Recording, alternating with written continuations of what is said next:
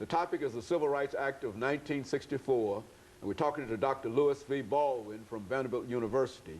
Dr. Baldwin, before we end this show for today, let's give you an opportunity to bring in some additional information dealing with the Civil Rights Act, and then later to sort of point us in some direction as to where we might be able to go from here. Let's use the entire period to do that. Okay, before the commercial break, we were talking about the fact that the provisions of the Civil Rights Act of 1964 have not really been actualized or realized or translated into public policy solutions.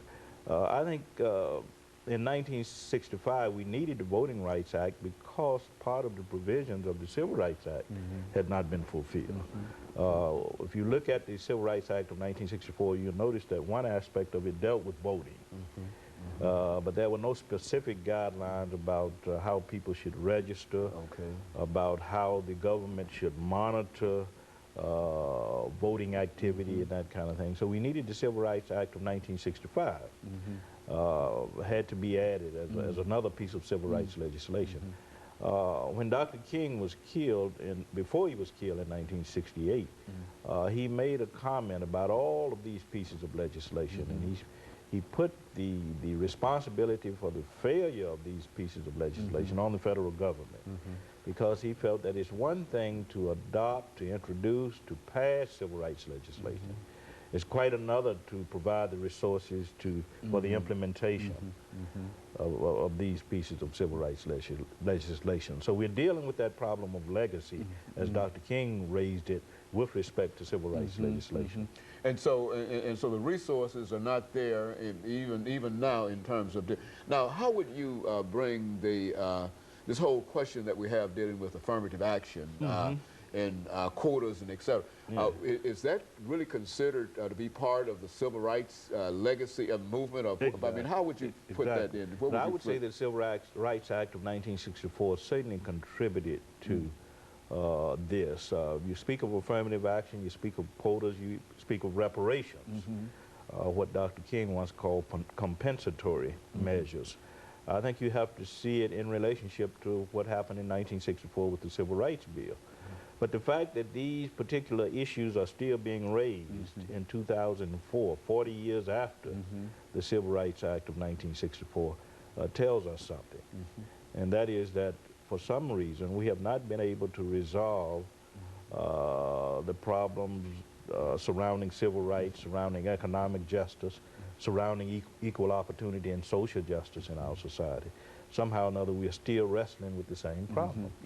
Now, would you suggest that when we think in terms of economic justice, that it took us almost 40 years to deal with what might be considered the most important elements, and that's public accommodation and voting rights and et cetera. And now we've only had an opportunity now to get around to dealing with Title VI and some of the other aspects of it, and that it might be time to deal with those particular aspects of it. Well, what we have come to see over the last 40 years is that even though the Civil Rights Act of 1964 guaranteed job opportunities, equal employment opportunities, education, that if you don't have the financial resources, it doesn't mean much.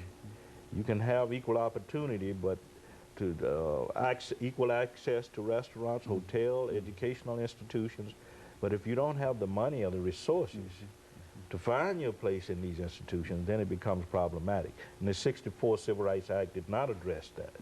The problem of economic inequality and the lack of economic empowerment, not only in black communities, but in other minority communities and among women as well. And so are you suggesting that we might be able to generate a new push in terms of civil rights, to recognize that the law is there, but there has to be some other kind of method toward enforcing those laws? Yeah, I also think that the political climate today, in 2004, would make necessary a revisitation of some of this civil rights legislation, and also a push for the advancement of new civil rights legislation. We see today, and I think we'll continue to see, an erosion of affirmative action guidelines. We will see an attacks on civil rights legislation of the past, attacks on civil rights, and these kinds of things will occur given the conservative political climate that we find ourselves in today. So I think you're right in saying that we will need to revisit much of this history of civil rights legislation, while at the same time looking toward the possibility of enhancing this kind of legislation in the future. You know, I think Title VI, and of course we will deal with Title VI as part of the civil rights discussion that we're having here. Yeah. But now, Title VI still provides for the federal government to intervene in a real positive way. Well, now, why is it that when we have laws, and the laws are quite explicit in terms of what ought to be done and et cetera, that there's a really non-enforcement of some of these laws? So explain that. Yeah, I think you have to see it from the angle of lack of federal government enforcement. I think the federal government is largely responsible, once it puts these pieces of legislation in place, for the implementation of these pieces of legislation. And I think that's where the failure rests today. We're in a conservative political climate today, and I think that contributes, I think, to a lack of attention to these kinds of issues, and I think we will continue to confront that in the future. Well, you know, Dr. Baldwin, we've got about 3 minutes here, and what I'd like to do now is to have you to make some statements in reference to, and to speak primarily, as we often try to do, to speak primarily to some of the younger people in terms of their responsibility, in terms of what they have to do in order to not only make the Civil Rights Act a reality, but in terms of improving their own lives as well as the lives of others.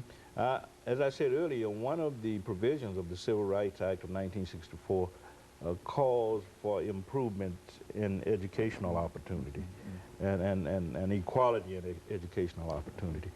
I think for young people today, they must make sure that they take advantage of these kinds of educational opportunities that have been provided over the last 4 decades because of civil rights legislation.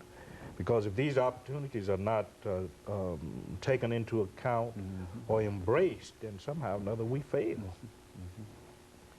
And so there's still a real need for civil rights legislation. There's still a real need for resources that are available, and et cetera. And there's still also a need for us as African Americans to demonstrate that not only that these pieces of legislation are needed, but that we're going to do our best to benefit from them once they are put in place.